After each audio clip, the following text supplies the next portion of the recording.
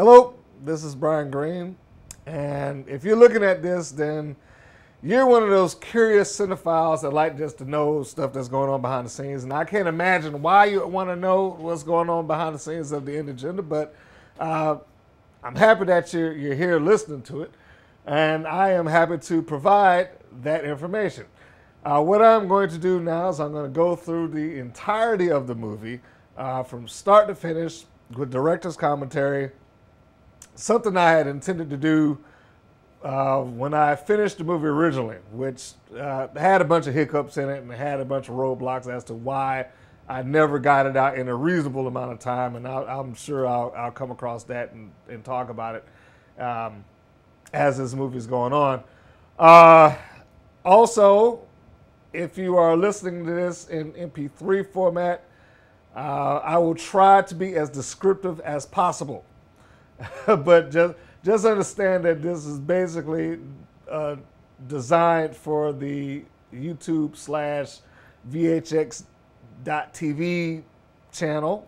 So if you haven't caught it there, then that's where you would be able to kind of mix and match. But if you got MP3, just turn on the movie along with me, and you'll be able to see what I'm talking about as we're going. Now, I also want to say this in this preceding portion here, that the stuff that I'm talking about probably won't be for the accomplished, if you will, filmmaker that's out there, the ones that's studied this from top to bottom, backwards and forwards, and all that stuff like that. None of this stuff is going to help you. I mean, you might get a chuckle or something like that out of some of the stuff that I went through, but other than that, I mean, not really. This is for the people who are in the same shoes that I was in when I began doing this. The ones that want to get their movie out, the ones that want to make their movie, the ones that's taking that first stride, that's using the equipment / the technology that's available to them and just going to make that movie because, hey, I want to make a movie. And this, hopefully, and I stress hopefully, will give you some insight on what kind of roadblocks you can possibly come up against. Some of these you're going to skip just because the technology's changed and you should be able to get around it. But there's still some things that could come up all the same, and that you could possibly get a little something out of it. So it's for you. So that being said, I am going to turn towards the computer here, and I'm going to get the movie started. So if I'm stepping out of frame, just bear with me. And I'm also going to take the volume down just a tad, and I will let you know exactly where you are. In fact, I should probably have some of this on the screen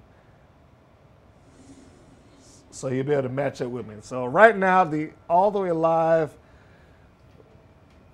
I can't really call it logo. The text is on the screen. And remember now, I haven't watched this movie in several years. So this is kind of a new thing for me too. In association with Closed Caption Productions, who was owned and operated by Carlos Williams. And here's the prologue. The prologue consists entirely of footage from the short film that I did, which preceded the End Agenda.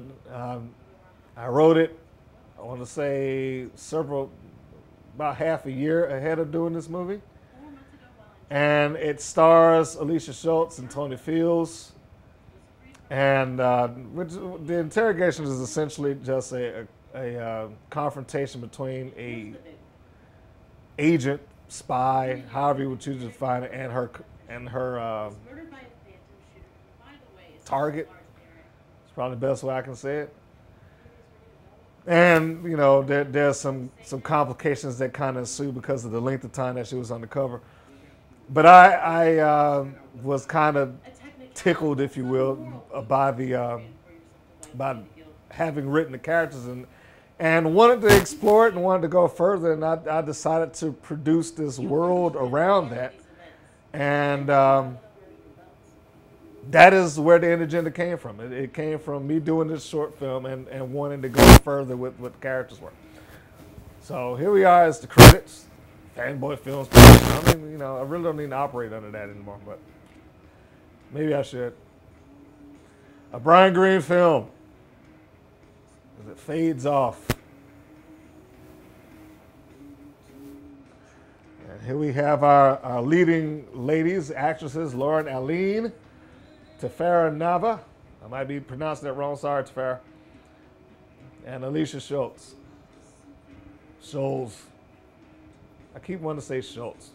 Keep thinking like the guy that wrote Peanuts, Schultz, Charles Schultz. The agenda. Now, I don't know what the hell I was thinking using that particular font. Well, I shouldn't even say the font, that particular animation. Also, the movie in and of itself is probably PG-13-ish. So, fair warning, the commentary might be a little bit harder than that. That was my iPhone. And if it gives you any idea how long ago that was an iPhone 3. So that should give you an idea how far back this is, because I haven't had an iPhone. That was the one and only iPhone I've ever bought. I went Android after that. That's neither here nor there. The little cut that I did with her doing the phone thing, that was just a nice way for me, at least in my mind, to cut from one song to the next with it having some kind of meaning. So there it is. We got the text that comes up on the screen to define where she is, where she's going.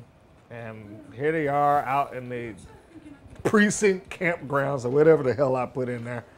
And that is by design of having a location crap out on you. Problem number one, as we see in the movie. And it's not the first problem that I had in shooting it or producing it, but it's the first problem that I see.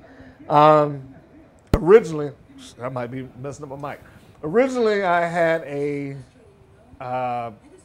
newspaper building that was local to me that I contacted to say, I'd like to use this location to kind of sub as a police precinct. Because all I really needed was like a couple of offices, the cubicles and the desks. And they were fine with it, but then somewhere along the line, it turned into, we can't do this anymore. So to use the old adjective that, your production is a moving train, it was a moving train at that point. I'd already set dates. I'd already had people that committed to coming in and taking a role. We'd done auditions, and I was getting everything together. And I was ready to go, and I couldn't not do it. So what do? You find your free location. And the free location was this park. This is Deer Lick Park out in Douglasville, Georgia. And I just made up some crap about this is where the police go. It made sense in my mind. So let me take a swig of this water here. Not sure if I should have any logos on that, so I'll just cover that up. I guess that's what a lot of talking to do. You gotta hydrate. Make sure I'm still in the clear here. And by the way, if there's portions of this that'll probably just blank out because there's the camera that I'm using right now. But hey, just bear with me. So this is Ahmad. Ahmad is one of many individuals who came in and kind of helped out. I don't want to say last minute, but took up the role that some other individuals, actors, and I'm trying not to name anybody off. He came in and took up a role that somebody originally was going to do, but then they went and started doing something else. So yeah, the casting situation in some regards was got to be an issue. On the screen right now in the top right, there's a spider web.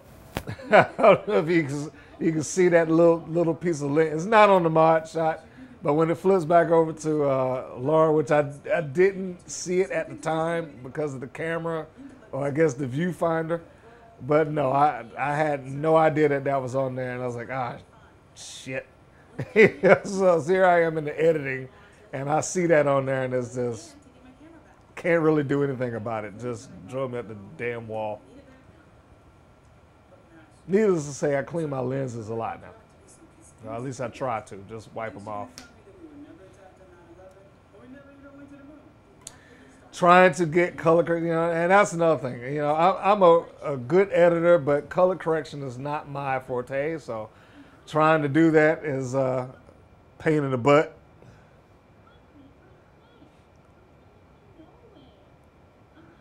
So, this is Lauren's actual vehicle, and you can see the background is almost bleached out. So she's driving out to the second location, and I guess this is one of those things that you have to do when you kind of out of the money.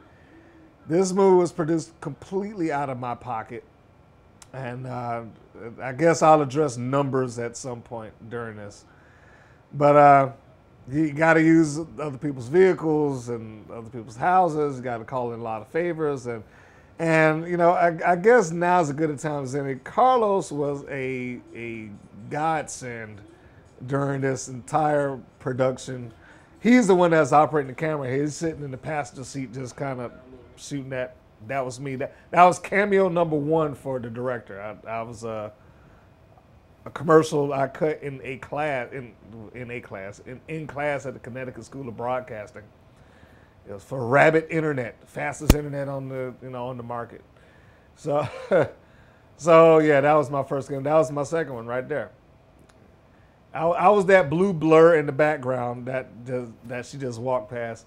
When we went out to this location, there was a little puppy, I guess homeless, who kind of scraggled on the set, and he was friendly enough, but he just wanted to be around some people, and he didn't want to leave. So I took him off to the side. I said, "Go ahead and shoot the scene. You know what you need to do. I've already told you what needs to happen. Go ahead and shoot it, and let me walk this puppy out of here." And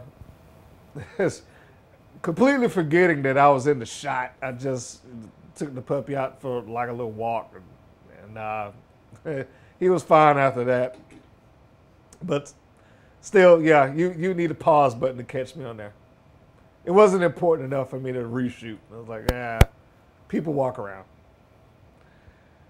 So here we are, and we're moving forward in the script. This is Audra Pagano, I think I pronounced the name. I'll get to all of the name correctly pronounced as I get to the credits. And once she was cast, it officially made it so that every lead or every protagonist, if you will, in this movie was all female. The Cypher was originally cast to be a guy, and this was done on audish.com, for those of you that might remember that, which was one of the first versions of Send Your Audition to Me online that I can remember. But the guy that was going to do it is another guy that, or another actor, I should say, that was unable to fulfill the commitment. And the next best performance that I had gotten was this. So I asked her would she be willing to come in and take that role, and she did it. And I was very pleased. That was a cheap plug for somebody I met at a comic convention. He writes and produces and draws the Rachel Rage comic, which is not for kids, by the way. That thing is very adult, but yeah, I just wanted to give him a plug. But even though I didn't do anything with the movie to really be plugging him, but if you're watching this and you're a comic book fan, go check him out. I think it's Old Town Comics, old with an E, and you can find it, or just Google Rachel Rage. It's pretty interesting.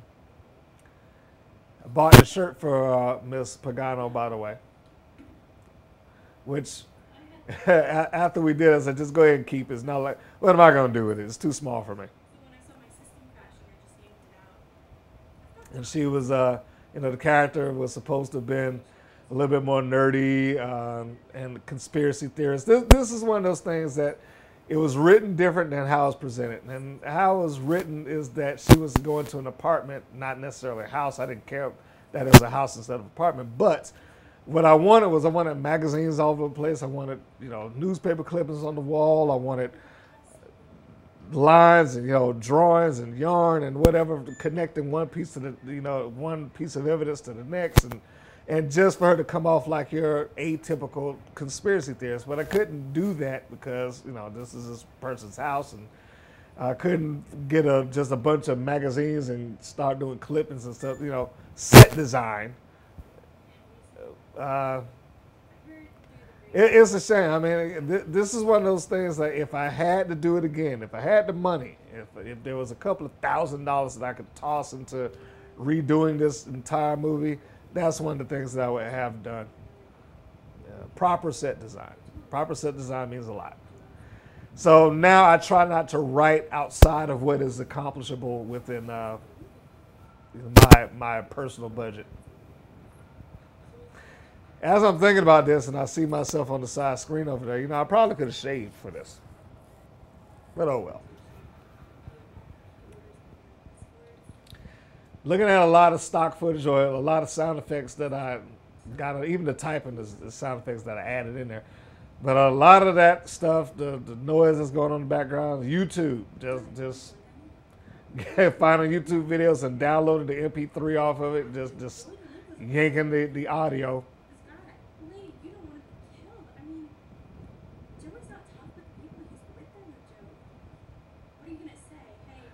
I forgot to mention earlier during the first scene that we see Lauren. Lauren has, I don't know if she does this on purpose or not, but she has a great muscle memory. That being, and if you're an editor, you can probably appreciate this. When she gets her performance down, she almost duplicates that. Unless asked to do different, she is able to duplicate it, almost without a thought. So when I was in the editing room and I was cutting her clips together, it was so easy. She was so easy to cut that all together with her. So she was fantastic to work with in terms of that. She was fantastic on set too. That is Tefera, who is playing up the sexy role.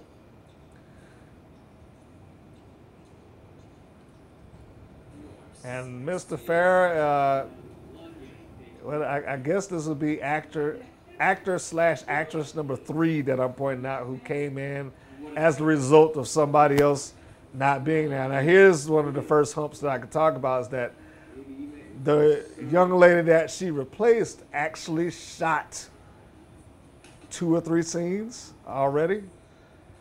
So having to do this, we had to reshoot it start to finish. Even though I had my shooting scheduled down, I had to find and squeeze in a day that we could redo this entire thing just to keep it going. So somewhere out there in my hard drive exists raw footage with the original actress who, quite frankly, she couldn't handle the scene. So I guess that'd be the first story to talk about, is that if you're going to get an actress or actor, make sure that they can actually go through what is written on that screen. I hate this green screen, by the way, and I'll talk about that in a second. That is one of the reasons right there that I had such a hard time even addressing this movie. There's lots of stuff that I like about it, but there are things that I just don't. And the green screen is one, and that's one of the things I learned. But getting back to the original statement, now I'll come looping back around. Having somebody that came in and said and agreed and yeah, I can do it, I'm fine with it, but when she got on that set, she froze up, and it was just terrible.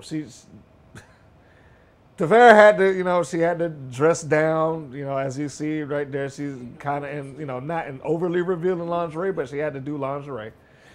And so too did the original actress, but she was a lot more covered in her lingerie, and there was nothing about her performance that made it look like she was trying to be seductive or, entertain this guy, nothing like that. She was stiff as a board.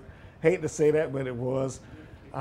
She was just a sweetheart, but she was not prepared for that, and she wasn't honest with herself about it, or with the crew, for that matter. So, if you're going to do it, make sure that you get somebody that can actually be comfortable with what you present. And I thought, maybe I was here. They go back to tell her.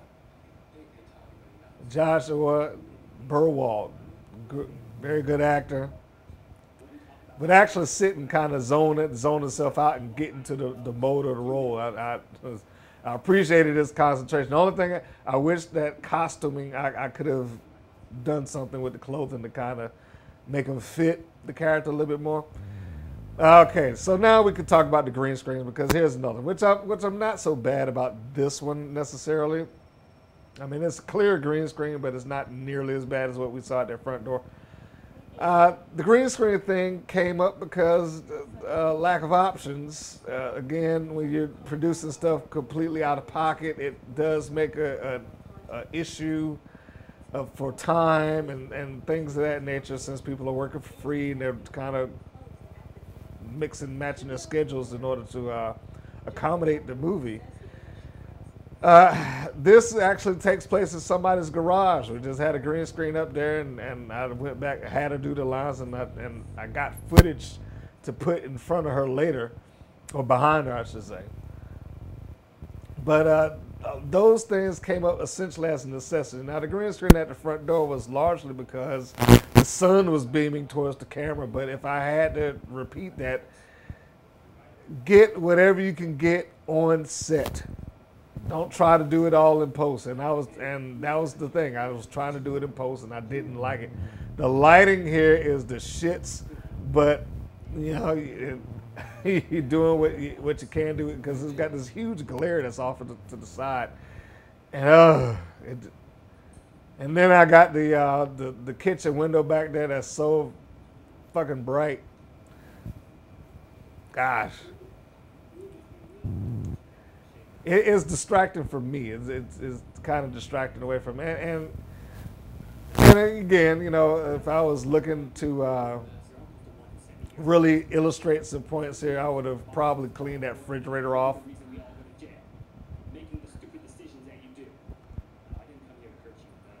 And they did a lot to kind of bring this to life. And I got to give them credit for that. You know, regardless of all the stuff that I'm nitpicking about, they worked hard to bring this out. And again, Carlos, the house, and his family's off in like another room right now. So he offered up his home to have us, you know, let us come out there and shoot, which was great. Another green screen, again, time.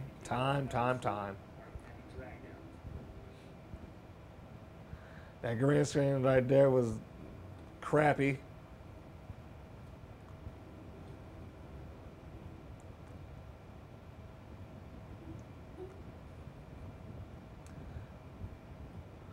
Now you may notice that some of the footage doesn't necessarily pair off.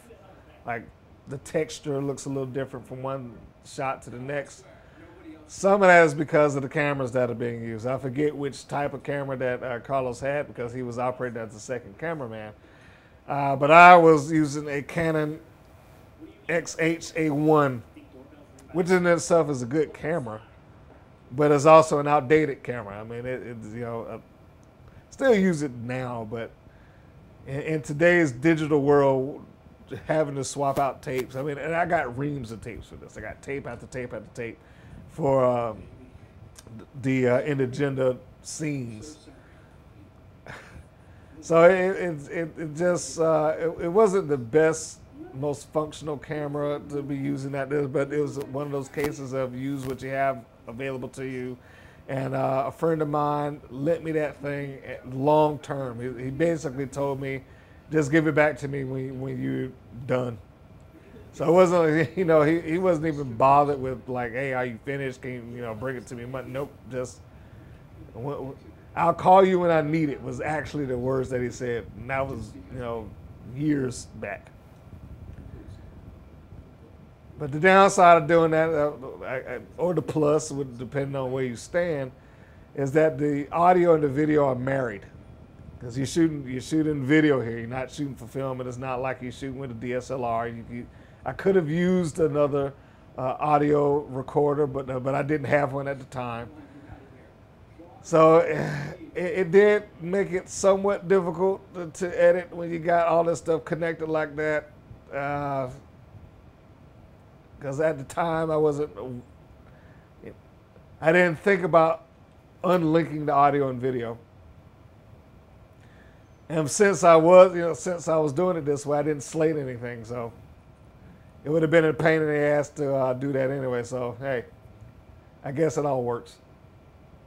So we're looking at Lauren and Tefera on the outside. This is also a scene shot by Carlos, as I am on the inside, because we got somebody who's happens to be on the screen right now as I'm talking, who's giving a hard time inside of the scene because he was disappointed that he didn't get bigger lines. The long and short of that was, again, we had a guy who is not in this movie at all, which Adam replaced, and he didn't show up. He didn't look at his call sheet, and somehow I guess he was expecting me to have to call him every day and say, "Hey, you got to be here." He wasn't like everybody else. Everybody else was looking at the call sheet and saw the call times and so on and so forth. He didn't do it. So there we are at this guy's house. Here's another scene that we shot twice, and the lead heel, the bad guy, didn't show up to do the scene. So we had the bodyguard kind of fill in for the lines at the time because I was trying to make the best out of a bad situation. Unfortunately, he was not really doing well with his lines, and that could have been because he was presented the lines last minute. It was kind of fumbling over it, and I couldn't use that. I was like, I still got all that stuff on tape, but it's crap. And there was no way that I was going to sit there and try to edit that down into something usable. Now we see just saw the girls run across the yard, and Tefera is a trooper because she was outside in the neighborhood in broad daylight in her lingerie running across the lawn. But in any case, yeah, that's why the scenes were kind of split there. Carlos was basically director B, I was director A, and I was trying to get the interior stuff done so I could send him on about his way because I didn't want to be bothered with it anymore. Yet another pain in the ass moment from shooting the end agenda. And here's one of those moments where time kind of got the best of me because I didn't get the coverage of his face, and I hated that I didn't. I had the one reverse shot that you did see that came from one of the earlier scenes. I had to just kind of stick that in there just to give it a back and forth type of feel. And here we go at the green screen again.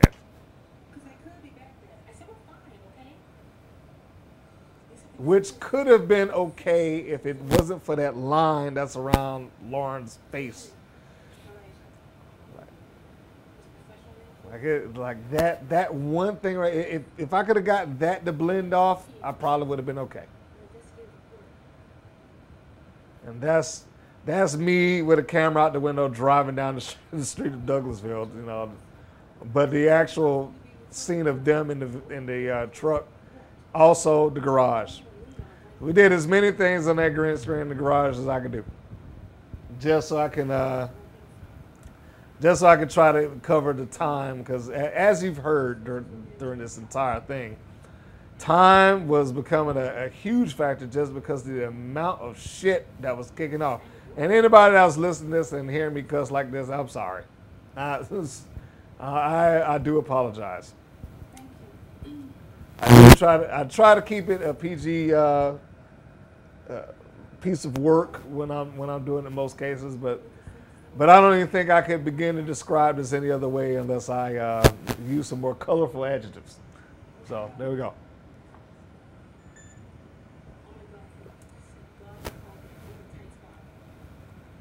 Now I will say, I remember when we did the scene originally, she had the steering wheel driving all over the place like that. He had to tell her, got to tone that down. Nobody drives that hard.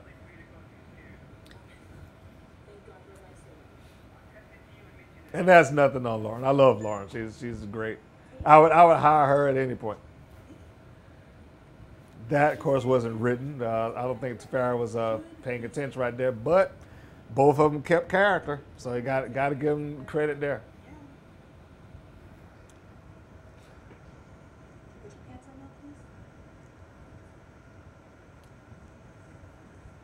And if I was redoing it, I wouldn't recast any of them. They just needed more time. They needed more resources, just like I did.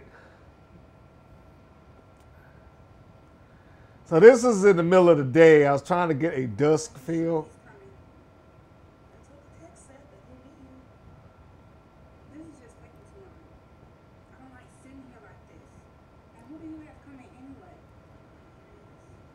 And that's one thing I guess I kind of regret is that I don't think I was very consistent across the board with the color scheme here. But again, this is one of those moments I wish I had a color correction artist come in and do that. This also, the common running theme here is that Douglasville, Georgia, is just outside of Atlanta for anybody that's not familiar with it. But I stay out there, so, of course, I'm using all the landmarks in there that I can use.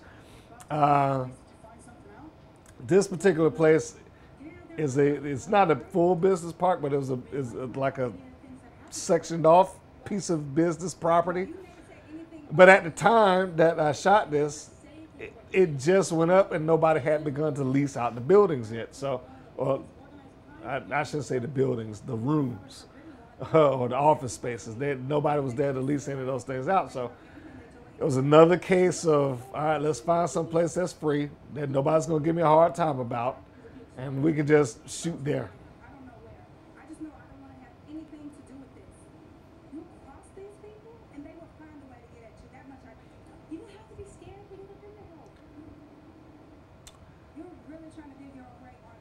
Time was another factor here, and that I wish we could have found a more cop-friendly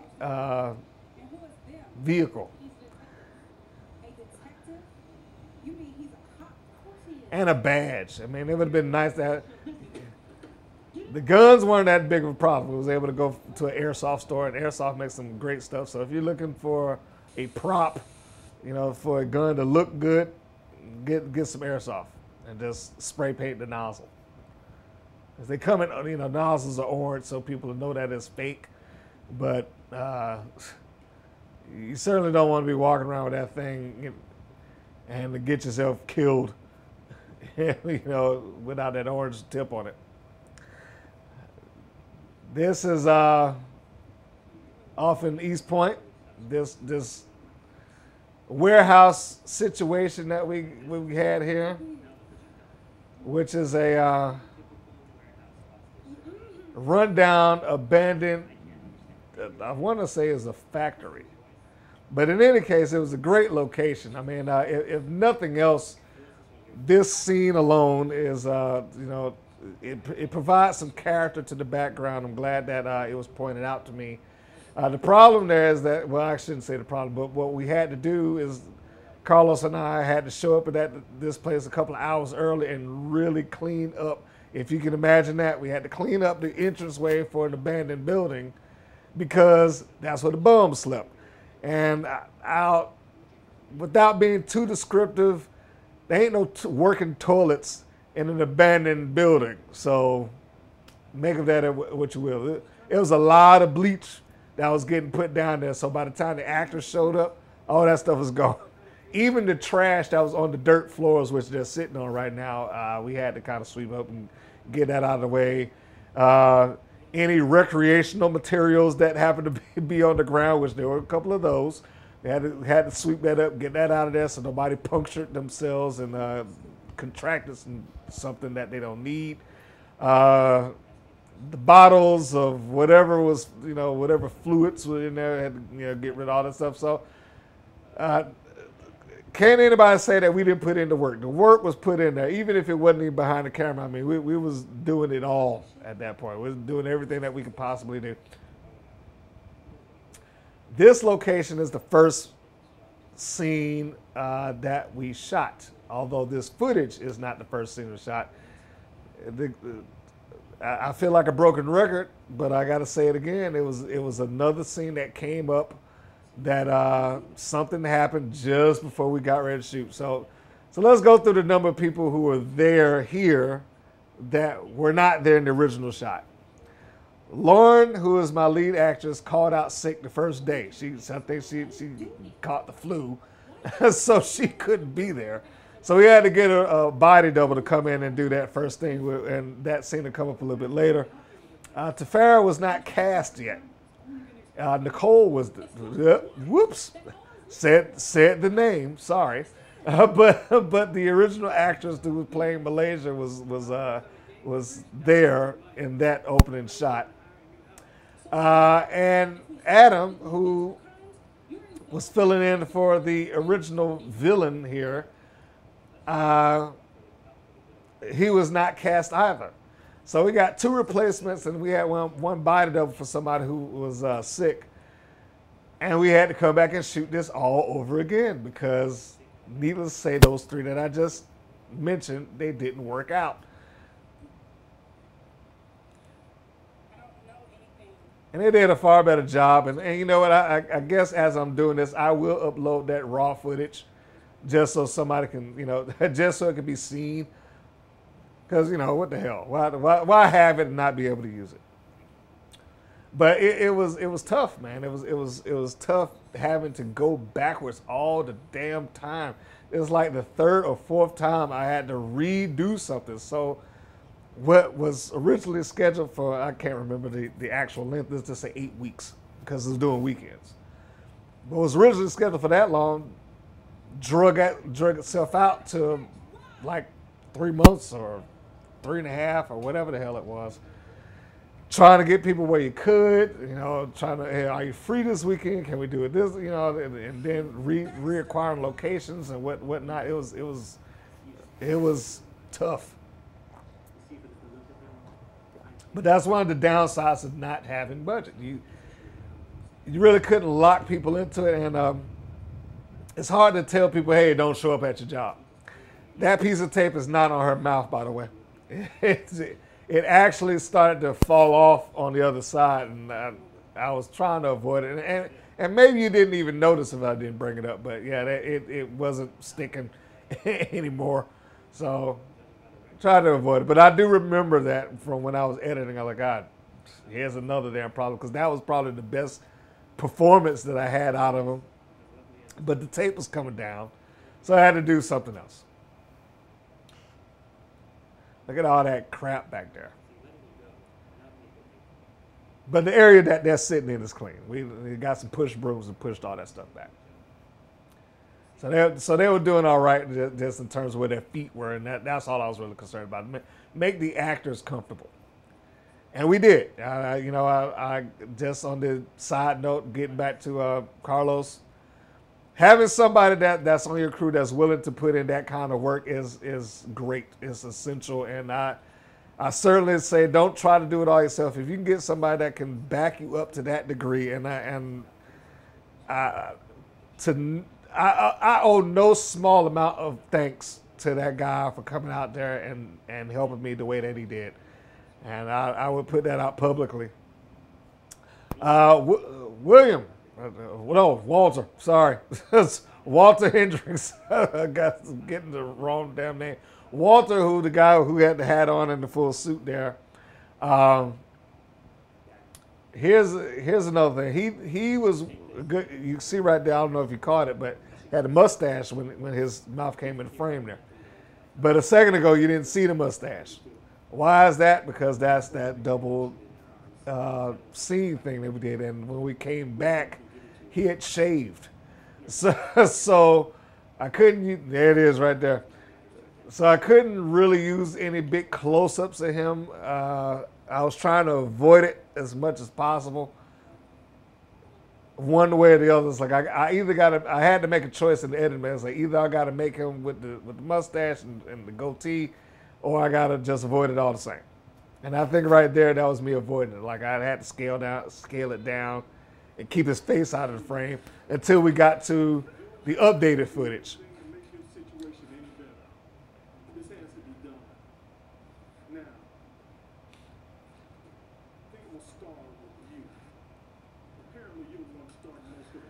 Now, where I get syringes from, my wife is a nurse, so so those syringes, you know, that was the real deal. Nothing in them of any lethal heart. That was a body double right there. That's not the actress. So here we are. Well, now that jogs my memory. Now that I look at it, so cutting it in together right there.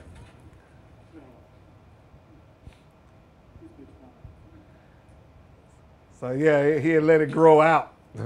I got it in reverse, and as you can see right there, I kind of edited out a sequence too.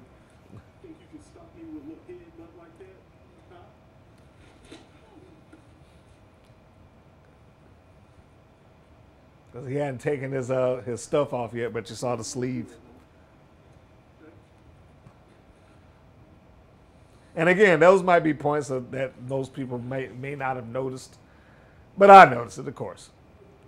This was the first released scene that I put out. Was that the cutting between the body double, and current and post footage, that those scenes took place literally like a month and a half apart.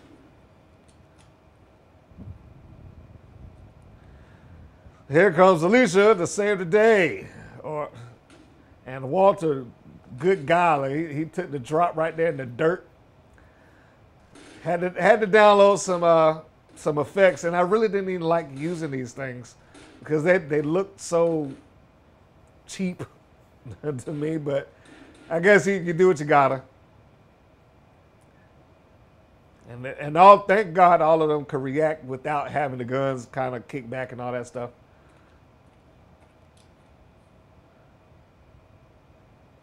Now, that was an edit of necessity, what just happened there. That was another one of those things that it wasn't written that way. It was written that she was supposed to go in, fight her way through as we just saw, cut him loose, drag him out, and have to fight her way out. And we would have kind of another scene with the goon who was played by Walter, in his last-ditch effort to stop them. And that was what was supposed to happen. Now, one thing that went against the grain of that was it was getting dark, and that place has no electricity. We didn't have any place to plug up lights or anything like that, so we couldn't really stay there much longer, and we'd been there all day. Second thing there was that scene where you saw her walking towards them. What we didn't see is that there was equipment standing on the side that if she had gone a couple of seconds further in that footage, you'd have seen lights and stuff like that. And I think it might have been Carlos walking into the frame. And it was the only shot of her walking in there to save the day. The only shot that I had. So the best thing that I could do right there is like, as soon as she got that flick of the wrist, and I'm glad I got it out there. That was my knife, by the way. So she did that and flicked that blade out, cut off, and then we go to it. And this was a rewrite kind of, on the spot. So we'll just do that.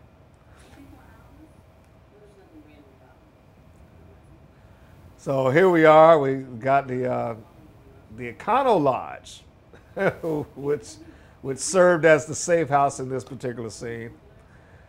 What are you gonna do? And I think $80. Had to get something. Because finding another location of more of a safe house look wasn't going to job that particular weekend. I couldn't find one. Now, big mistake for me in here is leaving the damn air conditioner on there. You just saw the curtains back there blowing off. Yeah, that right there wasn't concentrating on the fact that I was going to pick up air conditioner noise.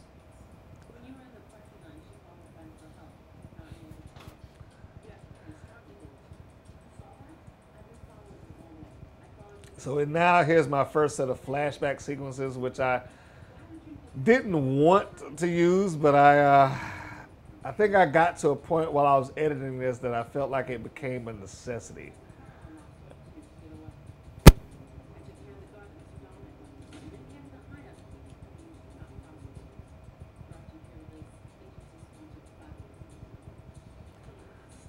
Yeah, a lot of that was just to kind of push it along.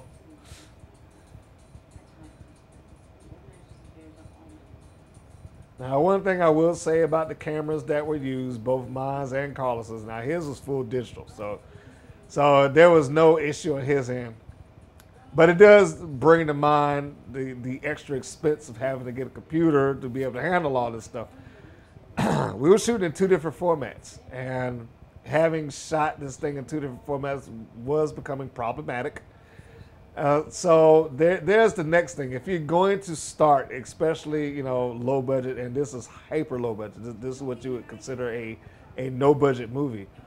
So if you're going to do that, make sure that you have something that can handle the workflow. And that was one mistake, which was a huge mistake. I didn't check and see if the system that I had at the time could handle the workflow.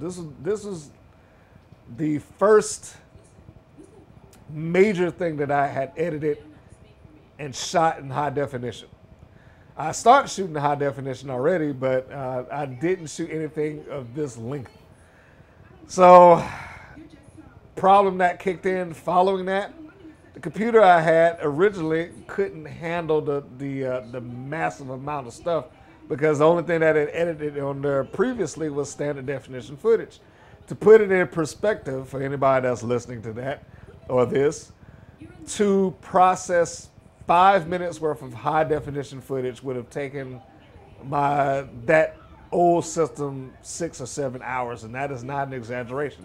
That is complete fact. So if you take that and you think about editing an entire movie off of that, I mean, it would have taken weeks, probably without even blinking. I would have had to leave my computer running on that thing, one thing, all day, every day for days at a time.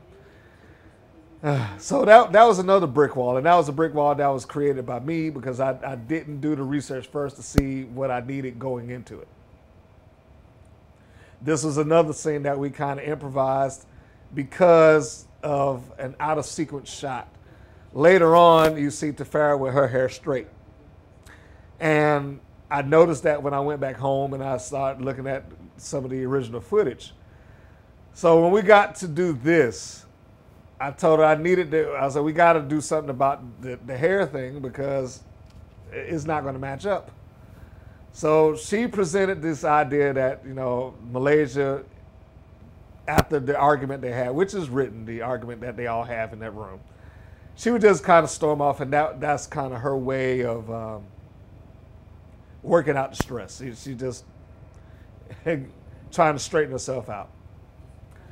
So that was nice. It was a nice little thing that she was able to kind of pull off for me. So here we go, and it is not day two. I guess it's the second time that we got the room, the hotel room. And I'm not even sure if it's the same one or not.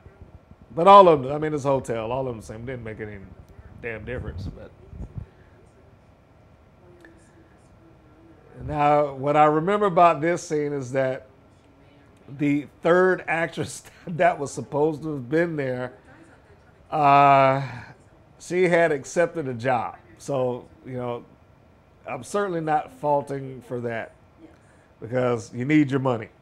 And make no mistake about that. And certainly, and as an adult, as a grown man, I understand bills got to get paid. However, the other side of that coin is that it was becoming a long trail of shit that would happen that would keep her from being able to be there. And, we already had the issue with not being able to do the scene. We already had, that go down, and then it turned into, I can't get there for the call time. So if I had an 8 a.m. call time, she literally wasn't going to be able to show up till 3 or 4 o'clock in the afternoon after the other two or anybody else that was in the scene with her just had to act against nothing, which is basically what they were doing. Now, the good thing about this particular scene is that most of it took place between Alicia and Lauren. So they didn't need to have the third party just yet, but she was going to be there and she needed to be there. And they did everything that they possibly could to get around it. And this is an insert. I had to rent the room for a third time and get Tafara to come in to do the insert shots of her laying on the bed and reacting to what she's hearing and all that stuff. So she hears it. So the idea is that she's off to the side. She was asleep while they're doing this. But and here we go. So we got that. We got Alicia who's responding to Tefera, or Malaysia if we're going to go by character names. So now we're cutting together the two scenes where in that one where it's Alicia and Tefera, there is no Lauren. And then in the other scene where there's Alicia and Lauren, there is no Tefera. which again presents all kinds of issues, at least for me, is a pain in the butt to sit there and try to do all of that.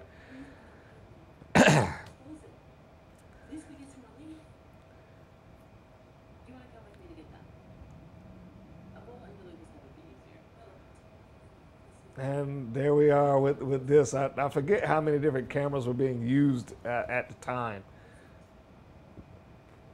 But one camera, the next time I go through all that, one or two of the same make and model with the same settings. That's for damn sure. So again, far be it from me to tell anybody wait till you had the perfect situation, because if you got that idea and you got the drive to make a movie, there may not be a perfect situation. And don't get me wrong, as much as I'm talking about my own work, I love that I did it. I love that it's done. I love, even with the headache that I got, the experience of it is invaluable, and as I've been told by a couple of people, there's lots of folk out there that say they're going to make a movie and they never will.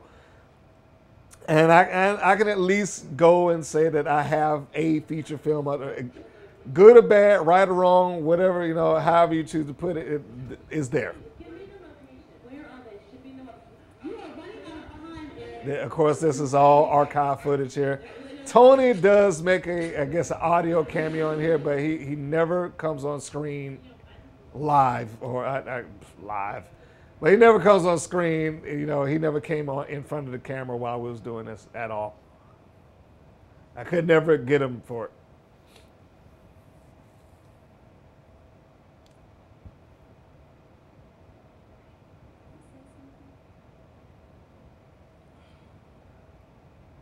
So that was my patchwork piece right there. This building is actually a church, which I just used it. Ugh. Whew. Oh man, that green screen. Oh my gosh. Okay, well I'll get back to the church. Well, let me just go ahead and say that was the church that was that hadn't been sold yet, and there again, that was like the second or third piece of property that I used outside. That right after I did it, it was sold. So I don't know. Maybe if you get me shooting something on your property, it'll sell. But now this takes place inside of the building at Deer Lick Park. They let us use the offices, but they had so much kid stuff in the background. I thought, hey, let's, this is just some of that original footage that I was talking about outside the warehouse. They had like like kickballs and nets and baseball bats and tennis rackets and a piano and all sorts of stuff that's actually behind him that I didn't want, just like that stuff right there. I didn't want those things, so I said, all right, let's put the green screen up and we'll do that. Now the problem is that it just did not go over well. It looks like shit. So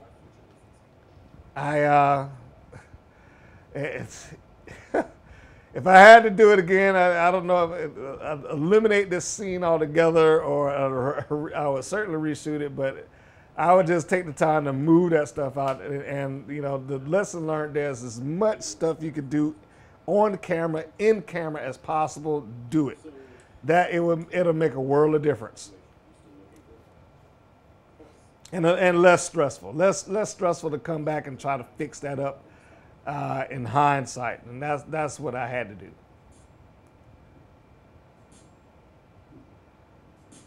This is Carlos's truck that he allowed for use as we reapproach his house.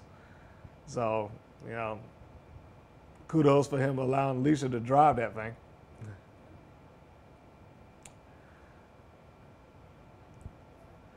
So there we are, and going into another car that we junked up just a little bit for her to have to go through to, I guess, kind of make it look like somebody ravaged through it a bit. I mean, there's only so much you could do. I couldn't really take a knife and cut up seats and stuff like that.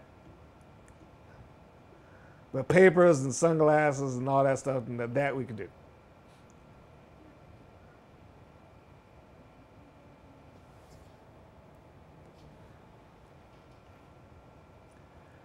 Did make sure not to shoot anything front on, so we didn't get any reflections in there. So we were good with that. And there's my car in the background, that black Honda off in the next driveway there.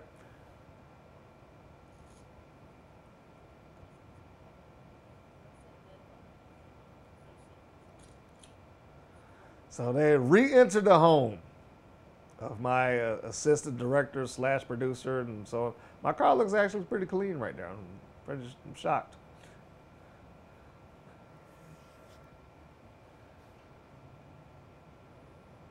Another one of those cases of the budget defines the means. Now, Joey's home was written to be like a $250,000 house, but couldn't get access to a $250,000 house, so you make do with what you got.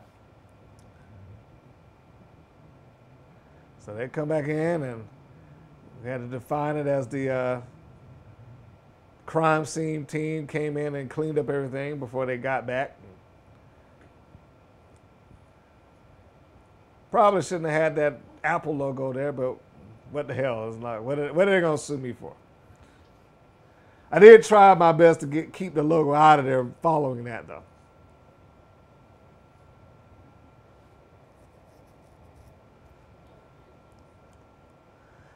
Now, at this stage of the game, these three had been, around each other enough to where there was some chemistry that started to kick in, and you can really kind of feel it when they were on set that they really meshed. They started to meet each other and were able to get those lines off with each other pretty smoothly, and I was very happy about that. I said it before in here. I say it again. If I had the option to recast them and do it, I would bring each of them back again. I enjoyed working with all three of them. They did a fine job for me.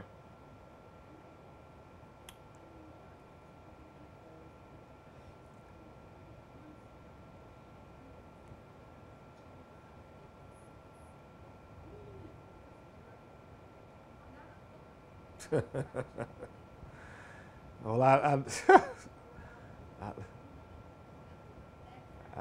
like Tavares' line. I'm not a hooker, so this one of the things that just amused me.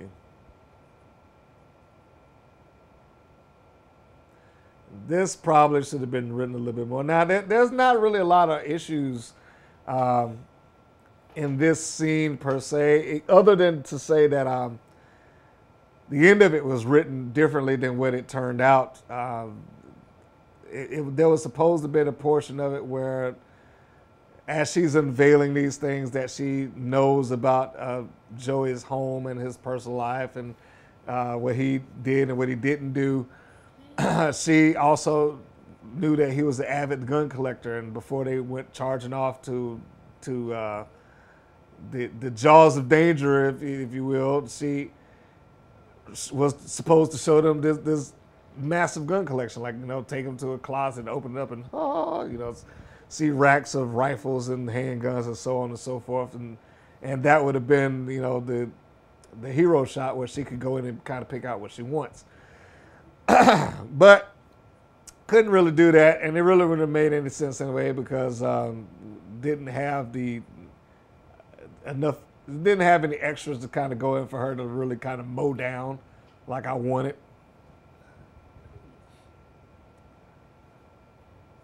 But I'm getting ahead of it.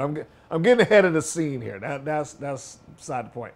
I also should have written in that she was a relatively, she being Lauren or Tia Nash in this case, the character would have been a relatively decent computer hacker or something like that. in her investigative reports and whatnot, it would have made more sense for her just to lean in and think that she could get it done, opposed to Malaysia, who knew the password. Also, a sound effect just downloaded off of YouTube. The boot up, the Windows boot up, which was an inside joke for me to have a Windows boot up on the Apple system.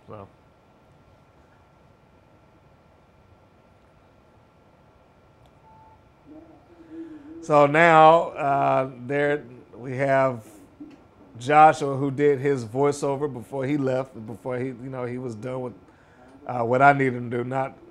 I can't remember if all of that was on. Yeah, that was on my screen. Now they're not seeing any of that. They do see the photo of Tefera. We put that on the screen just to get like a reaction out of Lauren and Alicia, because that's the type of stuff that Joy would have on the screen. He would have Malaysia, because he was infatuated. Malaysia put that thing down on him, and he just lost it. But this is actually on my computer when we had the screenshot. And I got Joshua's voiceover and I got Tony's voiceover, and I cut them together. And just did the little sound wave thing and put it in a box to kind of represent the file that they just opened up. Also, you will see some Final Draft 8 and BitTorrent. So I guess Joy just happens to be a writer also. And if I had thought about it, I would have taken that out of there.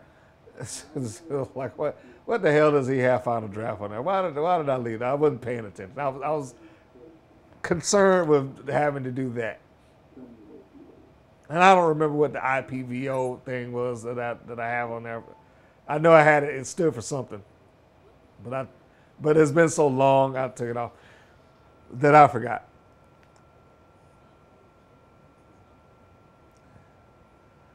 Now, I hadn't talked about, I've gone over several brick walls during the course of production that became real hurdles and hard to get over.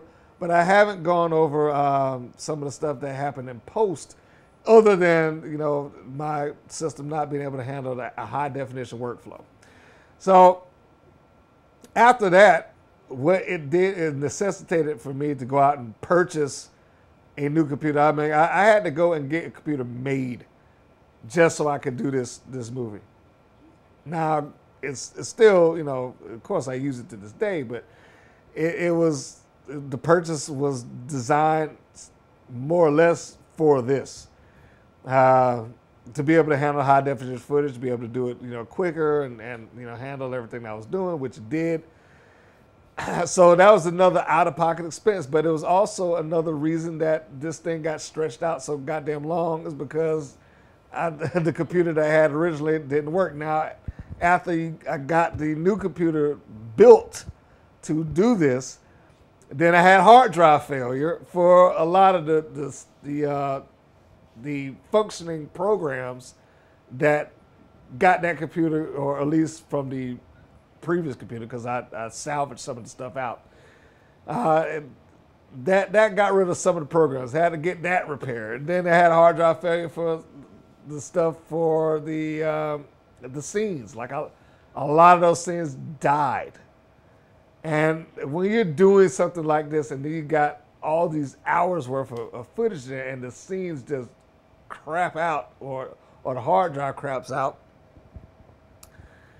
man, I mean, it was heartbreaking. It was heartbreaking to have that and it just go to shit because it meant another delay. It meant pushing off again. I was already months going into a year of having these problems, and it was just like one after the other. And I swear it was just like the biggest headache that you could imagine production-wise. So publicly, I want to say to the people that participate in this, if they ever do take the time to listen to us, my apologies. I'm sorry to all of you that happened. But yeah, it was a lot of stuff, both during production and post-production. It was a lot. There's a lot of stuff that happened. And we're about to come up into another green screen. issue. One of the things I'll say, if you got the money, you got the time, find somebody that is good at lighting also. Now that's one thing that you could probably adjust some of the scenes and get a different look going on if you can get somebody in there that can get these things going, opposed to just having a bright glare going across every which way. Now Alicia is doing her scene in another location. This is, of course, that was taking place in Deer Lake Park. Alicia was doing hers in a room at Hunter Park with a green screen behind her, which I didn't like, but we didn't. But the parking garage that was built in my area wasn't built at the time of this shoot, so I wasn't able to get what I wanted. I wanted to just put her in the parking garage and let her do her lines there, kind of in a darkened garage setting, which would have been the garage for that. So you had to have that, which I hated. I hate all the green screens that I felt forced to use just to try to fill in the blanks here.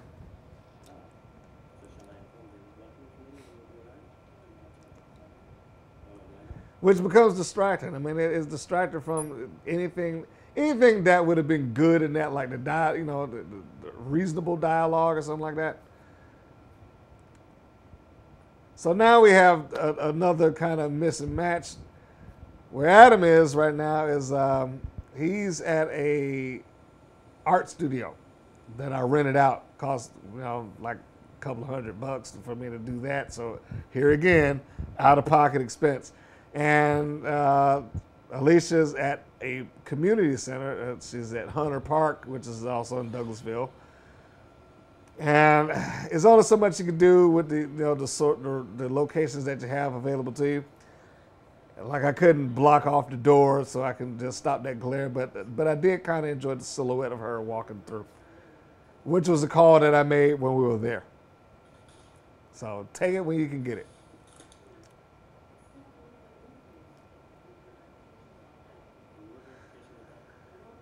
Now, the constant kind of going in and out of being fuzzy, that because of the lack of lighting. Wish I could have had that. Now here comes Yosi.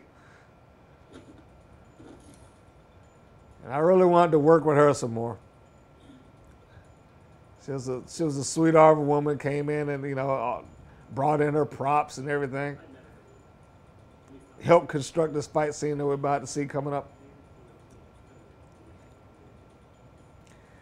Of all the stuff that took place in this movie, again, right or wrong, better, good, bad, better, worse, this is one of my favorite scenes here. Because I think they did exceptionally well for A, the circumstances that is being presented under, B, people who aren't stunt people necessarily, and C, for, having no real fight choreography history. I think they did okay. I think they did better than okay, actually. And I think the editing that I put in here, not to toot my own horn, I think that little quick rapid fire editing that went on there made it.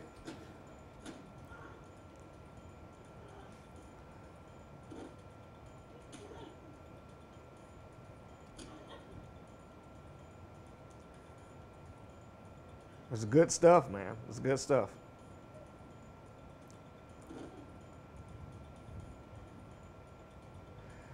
And, it's amazing how word somehow gets around that you're doing stuff.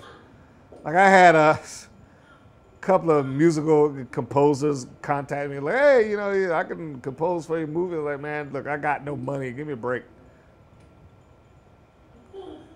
So you'll get that too once you start doing yours, whether you got the money or not. They don't know that and they don't care.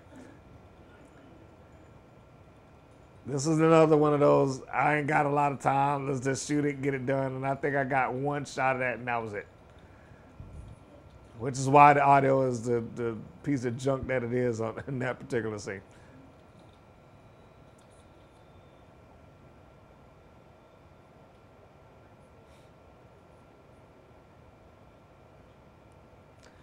So the computer, the laptop makes its return as the office computer in the art studio. We're back in the art studio there, and we were able to use the office of the art director. We just brought in the laptop, and I had to, we put that tissue box in front of to block out the Apple sign this time, the Apple logo. So we didn't have not a lot of room to get a master shot of what's going on right now. So I mean, all I can really do is like close up, and we'll just flip it back and forth. I make extra however I can make extra. I didn't just wake up one day and decide I want to be a color freaking mob. But you are the mob. It doesn't matter how you cut it. You and everyone else on this sold out. Now you may even look the other way, but I can't. Yeah, I'm sorry. I guess I got wrapped up listening to them do their lines here.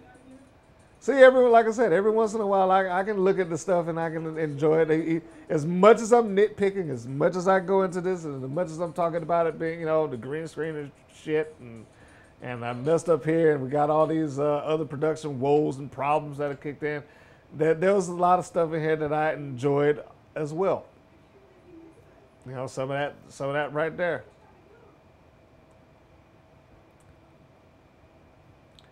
I wish I had my audio rig there because it would have been a lot better for me if the audio was up and clearer.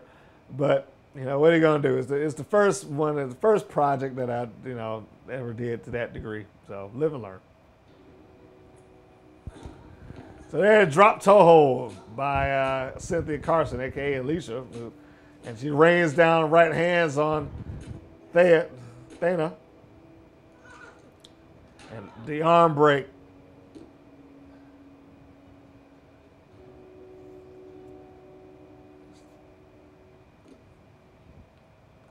And here's another one of those scenes where he's not there. So we couldn't really show the kicks of him putting the boots to her. The blade is Yosi. She's actually carrying that around. He was carrying a practice blade, which is no steel on it. And it's not because he was going to get cut or something like that. I'm pretty sure that he was competent enough to carry the real thing. It's just that he wasn't there that day. So the stuff that we just saw that was cut together, that was another one of those mashups that we have. It's amazing the amount of stuff that you just have to try to get around. Lauren is not here for this. And it's funny, as I'm watching this and I'm looking at it, it's like, damn, I can't imagine how many damn scenes do I have where one person's not here, the other person didn't show up, somebody couldn't make it that day. It's like every other scene I got is in here, somebody is not there, regardless of what it has on the screen. Now, here's the reason why we have that, just the text that popped up intermittently throughout this, because I needed to, oh gosh, another green screen again. And now that one looked terrible. But I needed a way to transition it towards the end because getting back to missing certain people and losing locations, I didn't have the time, the effort, the money, and by the end of it, I didn't even have the will to try to go and reshoot another scene. I'd done it too many times. And I wanted to have them original, at least it was written for them to be walking through the halls of the DeLuca compound. But I couldn't get a shot off of them because I would have had to do it over because, as you may or may not notice here, the original actress is off to the side on the screen. She's screen left, you see her shoulder. I had to get extremely close up to kind of bump her out of it. But she's on screen left, Alicia's right. Which then necessitated getting Tafara to show up and do hers right there in green screen because I couldn't get the location again. So that's another one of those cases of we're forced into doing a green screen, which I shouldn't have had and didn't want to do. So here's the explanation coming in by David, who you may see from a couple of different productions now. I think the most notable of which is probably in NCIS. Now, which version of that he was on, I don't know, but he has since, from doing this, moved out to LA and has gotten far more work. So bravo to him. Sorry to embarrass you by showing you in this, even though his performance is great. Now, I'm not, certainly not going to take anything away from him. He did a fine job here, and he looks like somebody that would be in politics. Came in with his own look. You see that American flag lapel, and brought in his own prop gun.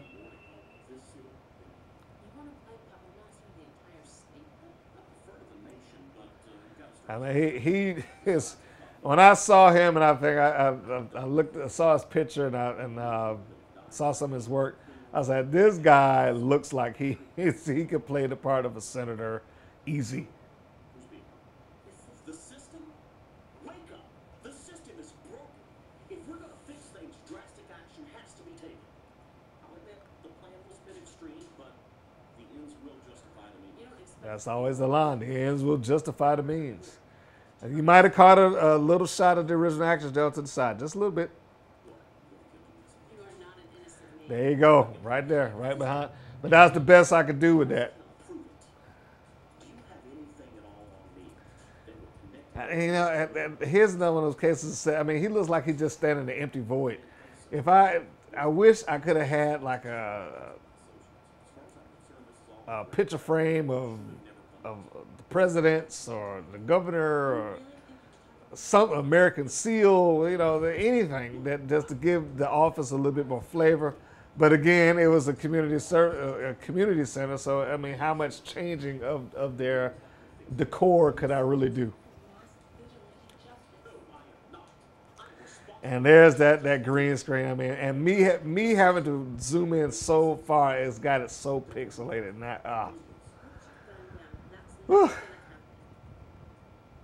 I can't even tell you how badly I hate that. If you're looking at it, and you're saying it looks like crap. I agree. Yes, it is. And that's all my fault. It ain't got nothing to do with the actors and actresses involved. That was all me. Yeah, I have to take total blame.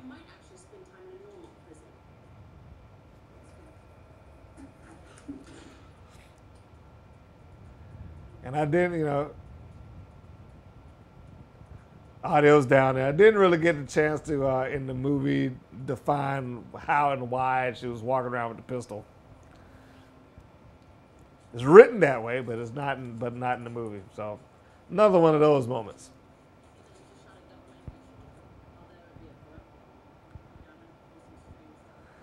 So we come to the end or the close of the film, the end agenda, and we have our three heroines show up again in another scene that was originally called for the original actress, who was unable to make it. So you have Alicia and you have Lauren performing this scene without their third party there to pick up the slack. And we have, so Farrah is essentially doing this. I can't remember if it was by herself or not, but I know she came out after the fact to do this to kind of cut it in.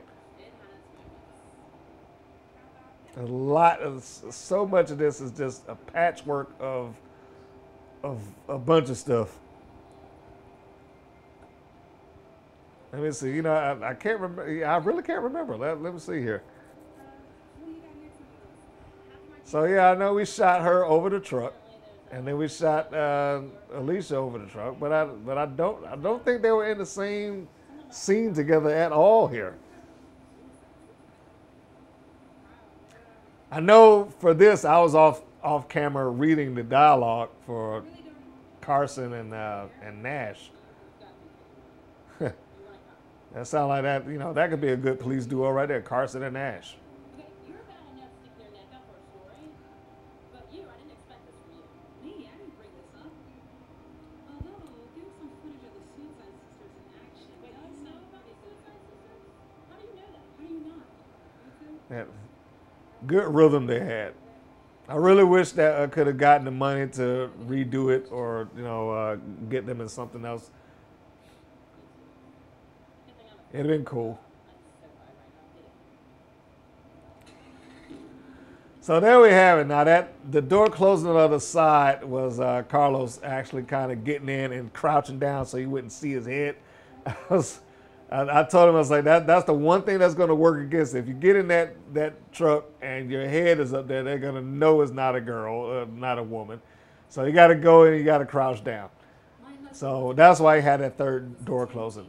This is the only green screen in this movie that I was perfectly fine with. I still have that microphone, by the way. So we had Yossi come back, and and actually I think this was done before the fight scene, and she's there as the new bodyguard for Sharon Barnes, who's the widow of the individual that just got. See, there you go. Continue her love's legacy, and she got it. So she only had to do this scene and some of the flashback stuff. Her being Patricia, I think that was her name. If I'm wrong, I'm sorry. Our justice. I like the way she did that, and she understood. Like when I described it to her, she got it. She was going to be that mafioso wife. Which I do have a short film with her and David together, which acts as the flashback stuff. So we are now in the credits. This is it. And I remember when I started doing this originally, and I put this out there for somebody to take a look at. He said, "I want to see credits of people I never heard of." I was like, so that is the reason why they're starring and introducing, because no, you haven't heard of them. So, but they deserve to have their billing up there. The End Agenda. There it is, folks. That is my full-length feature film. And we got one more thing popping up here. Hold on.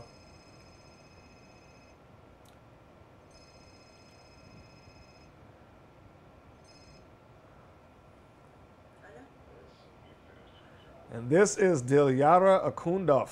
I might be saying it wrong. And that body in the bed is the cameo for Carlos. He played the dead body, the guy that was just gutted by his lover, I guess, if you will.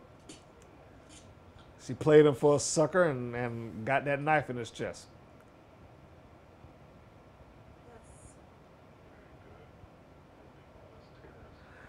And the guy on the other end of the phone, that would be me. That was doing the voice work for Dad. Dad was created that way. He's the overseer of the agents, them being Alicia's character and Dilyara's character. And he's written that way because of the conversation I had with Tony. It's like when we did the interrogation. Well, it's basically like, hey, she needs to be able to get phone calls from her superiors without it setting off bells and whistles. And I'm like, well, who could you get as a male to have a phone call in there and not be suspicious? Like, let it be her dad. So that's how we came to the conclusion that the code name for this guy is Dad. And that's who I played. I was Dad. Never saw me, of course. You only hear my voice. But yes, I am the guy on the phone. Also, I was the guy that did the ad for Rabbit, remember? So who knows? Maybe there's some underlying tie-in between that. That is also my old phone. When is this going too fast? I had to keep that off camera as much as possible. And I love the fact that DR spoke legitimate Russian. Gave it a little bit more oomph, era of international flavor, I guess, if you will. At least for me. She takes a sip of her beer because I know it's supposed to be champagne, but it's actually beer. But the beer was so golden that it substituted very well. So another case of you taking what you got, and that's what we did.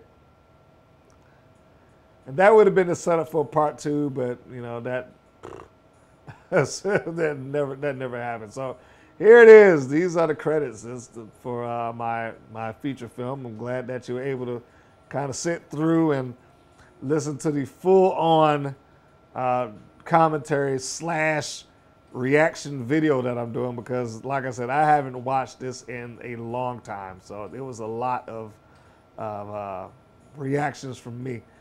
So there we go. We got Lauren Aline, Tafara Nava, Alicia Schultz, Ahmad. I'm sorry, I'm probably Ghafouri. If I'm pronouncing it wrong, you know, my apologies. Adam Elterhony, David Alexander, Eric Bart, Audrey Pagano, Josh Burwell, Patricia Taylor, Yosef Noyata, Walter Hendricks III, Dilyara Kundov, Tiffany Ford, and Tony Fields. At the warehouse, here are some of the extra thugs. The guy with the glasses and the wife beater, it was Black Pettyway Sr. And we got Montavious Goodman, Antonio Moore, Marquise Campbell, and Calvin Moore. No relation between the two of them. There is no Marcus Ryder. So before anybody asks me, like, who? Oh, you got a music supervisor? Who's that? No, there is no music supervisor. There is no Marcus Ryder. I just didn't want to have my name peppered up and down all of this, so I tried to split it as much as possible. So there you have that. Editing was by me, and I was going to take credit for that. A lot of other stuff, Video Copilot and Action Essentials 2 did that. I know that comes off as funny, and that would probably be in a comedy, but everybody did pick up the mic. And Emily, that was who was the body double, and I can't even imagine why I had a body double here. So Yosi gets credit for doing the stunt. Foley sound, that wasn't really all that important. Again, you see my name, Foley Mixer, assistant cinematographer, Carlos Williams. Production assistants, these are mostly people that help me in some way, shape, or form, locations and otherwise. Angela Kennedy, Melody Richardson, Emily Wright. Casting, Leah Burney and Barry Owens came in and sat and did the casting there. And locations, you see that, all of us, Melanie, me, Carlos, and Elle. I think Elle Brenner was the liaison of East Point. And there's the website. I don't even know if that is still active, but Old Town Comics. Old with an E, Town with an E, Comics with an X. Old Town Comics, you can find that and see if you can look up Rachel Rage, and that's my special thanks list there, including my buddy Ken, Aaron, Melanie, Elle, the Connecticut School of Broadcasting, which the newscast originated from in the movie, the city East Point, Douglasville, and Fayetteville. We shot in all of those locations. I forgot the house that we used for Joy was in Fayetteville. Baby, I'm a Star by Angel McCarthy, who is a member of the Atlanta Dream. Contacted her through Twitter, and she allowed me to do that. Till Willis was the opening theme there. Dirty Little Spectacle, Believe in You is what we're listening to right now. Kiss the Floor is Tyler Noel, and that's where Malaysia walks in with her lingerie on and, kind of gets sexy for Joy. Super Earth was the song that at the beginning by Angelina and Dior. Super Earth was the one that she flipped to at the beginning of the movie. Everything else was done by Incompetech and Kevin McLeod, if that's how you pronounce his name. So now I did bump that up. Now you can see it says 2015, and that's by the time I actually got a final cut that I was, I guess, willing to let out into the public.